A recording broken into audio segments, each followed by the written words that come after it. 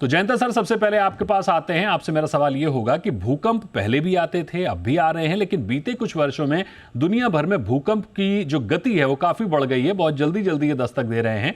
आपने भूकंप को लेकर काफी स्टडी की है। आपकी नजर में किस तरह का ट्रेंड देखने को मिला है और भारत पर इसका कितना खतरा है? देखिए, भूकंप तो पहले से ही है। और अभी क्या है कि जानकारी हमको ज्यादा मिलने लगे हैं। लेकिन ये बात सही है कि एक्टिविटी का भी ऊपर नीचे होता है। एज यू नो कि पूरा हमारे जो इंडियन पेनिनसुला है, ये तो नॉर्थ ईस्ट डायरेक्शन में हर साल करीब 45 to 50 mm की हिसाब से मूवमेंट हो रहा है। तो इसीलिए ये पूरे जो इंटर प्लेट बाउंड्री है वो एक्टिव रहता है। और आपको ये आप देखेंगे, इंडो बर्मा बर्मा बॉर्डर बोलिए, नेपाल भूटान और पूरा हिमालयन आर्क जो है, असम को लेके नॉर्थ ईस्ट को लेके नीचे इंडोनेशिया तक, उसमें काफी एक्टिविटी आपको आपको आपको मिलेगा। इसमें से जो 5 के ऊपर मैग्नीट्यूड होता है उसके लिए हम चिंतित होता है इंजीनियरिंग की तरफ से। तो 5 के नीचे 3-4 मैग्नीट्यूड का अर्थक्वेक तो रोज होते रहता है, जिसको हमको महसूस नहीं होता। ज्यादा मैग्नीट्यूड होने से हमको महसूस होता है और इसका जानकारी तुरंत आ जाता है आजकल थ्रू नेटवर्क। तो इसलिए हमको लगता है कि भूकंप ज्यादा हो रहा है। भूकंप रोधी निर्माण में, उसकी रिसर्च में हमारी यानी भारत की क्या स्थिति है, पहली बात। और दूसरी बात कि हम इसे जमीनी स्तर पर भूकंप रोधी निर्माण में कितना लागू कर पा रहे हैं? धन्यवाद। देखिए, भारत में भूकंप प्रतिरोधी जो संरचनाएं हैं या कंस्ट्रक्शन की जो विधि व्यवस्था है, वो पहला जो अर्थक्वेक कोड हमने पब्लिश किया था इंडिया में, वो 1963 से है। मतलब 1963 में हम लोगों का अर्थक्वेक रेजिस्टेंट डिजाइन के कोड पब्लिश हुए हैं। उसके बाद कई बार कोड रिवाइज हुए हैं। ये जो कोड है, ये प्रूवन है कि ये जो कोड है, ये कोड अच्छी तरीके से ड्राफ्टेड है। और अगर ये कोड को फॉलो करके आप कंस्ट्रक्शन करेंगे, डिजाइन करेंगे, कंस्ट्रक्शन करेंगे, तो उसमें आपको चिंता की ज्यादा विषय नहीं है। पूरा जो हमारा हम जो जब कंस्ट्रक्शन सेक्टर में जो काम होता है, देखिए मैं असम से हूँ, तो यहाँ पे काफी काम हुआ है। गुवाहाटी में माइक्रोजोनेशन हुआ है। हमने गुवाहाटी के अंदर उसका जो जोन 5 में है, उसके अंदर गुवाहाटी के अंदर जितना लिक्विफेक्शन है, लैंडस्लाइड प्रोबेबिलिटी है, एम्प्लीफिकेशन है, सारा चीज को स्टडी करके उसका अच्छा खासा माइक्रोजोनेशन रिपोर्ट पब्लिश किया हुआ है, जो सरकारी वेबसाइट में, Assam state disaster management authority की वेबसाइट में अपलोडेड है।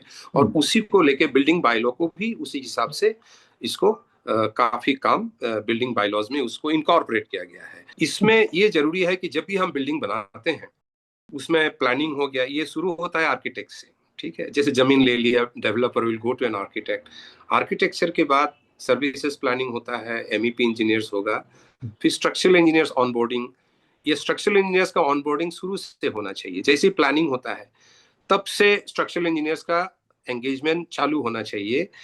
और उसमें लिफ्ट का पोजीशन कहाँ होना चाहिए, लिफ्ट का पोजीशन के साथ साथ बिल्डिंग का स्ट्रेंथ बहुत इधर उधर हो जाता है। मैं टेक्निकली ज्यादा नहीं बताऊंगा, बिल्डिंग में टॉर्शन आ जाता है because of the faulty location of the lift shaft.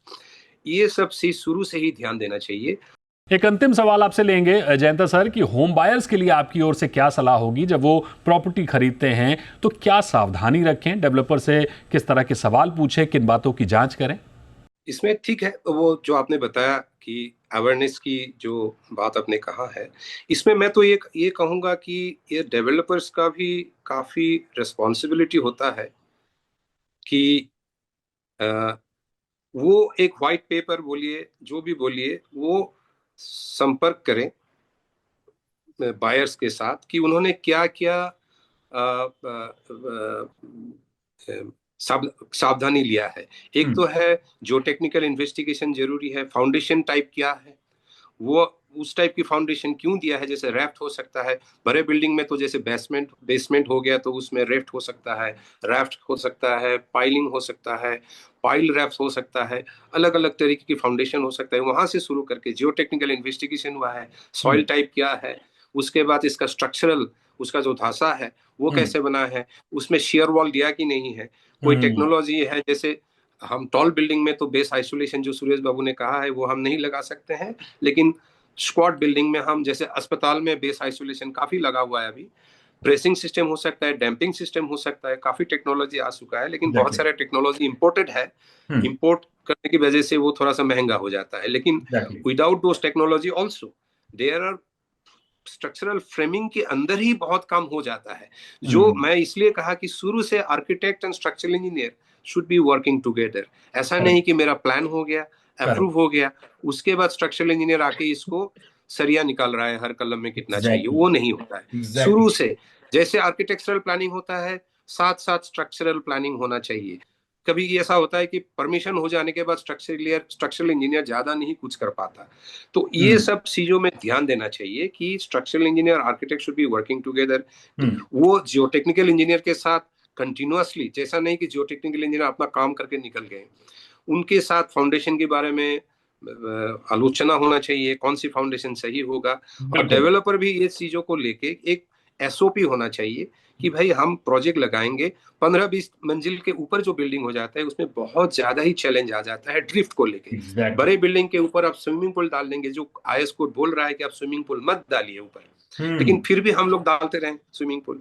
और बैंकॉक में आपने देखा होगा सारे स्विमिंग पूल के वाटर जो है ना वो स्प्लैश होकर नीचे आया है। बिल्डिंग का ड्रिफ्ट कंट्रोल में प्रॉब्लम हो गया कि बिल्डिंग इतना ड्रिफ्ट हो गया कि पानी निकल गया स्विमिंग पूल से, और इससे लोगों की जान भी जा सकती थी। तो ये चीजों को ध्यान देना जरूरी है। बहुत सारे रिकमेंडेशन है कोड में, कभी फॉलो नहीं किया जाता। और कभी हम लोग थोड़ा सा मैं बोलता हूं कि आर्किटेक्चरल एडवेंचरिज्म हो जाता है।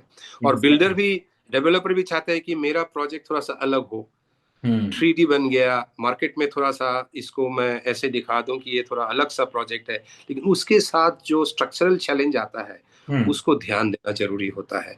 और जैसे वेटिंग होना जरूरी होता है, प्रूफ चेकिंग होना चाहिए, हर एक लेवल में रिव्यू होना चाहिए।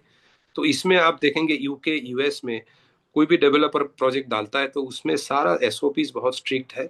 ऐसा नहीं कि वहाँ पे काम नहीं होता, होता है, लेकिन हर एक चीज को हर एक लेवल में चेक होता है। अभी आज के दिन में इंडिया में ऐसा नहीं कि अच्छा प्रोजेक्ट नहीं हुआ है, बहुत अच्छा अच्छा प्रोजेक्ट हुआ है, लेकिन इसके अंदर कुछ प्रोजेक्ट है जिसमें प्रॉब्लम है।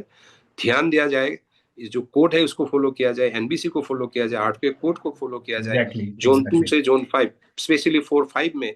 जो बैंगलोर में जो हम जैसे हम करते हैं आर्किटेक्चर, उसी तरीके से गुवाहाटी में हम नहीं कर सकते। गुवाहाटी में हमको आरटीओ को लेके रिस्क ज्यादा है। तो ये चीज को समझना बहुत जरूरी है कि गुवाहाटी में अगर हम मल्टी स्टोरी या हाई राइज बनाएंगे तो उसका, या इम्फाल में बनाएंगे या दार्जिलिंग में बनाएंगे, तो उसमें हमको कैसे दिया। दिल्ली में भी हमको सतर्क होना जरूरी है।